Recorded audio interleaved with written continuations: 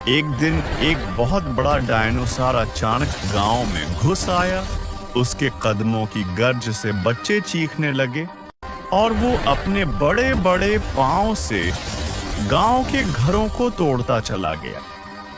सारे गांव वाले खौफ से घरों से निकलकर भाग खड़े हुए, मगर कुछ देर बाद सबने मिलकर फैसला किया कि वो अपना गांव नहीं छोड़ेंगे।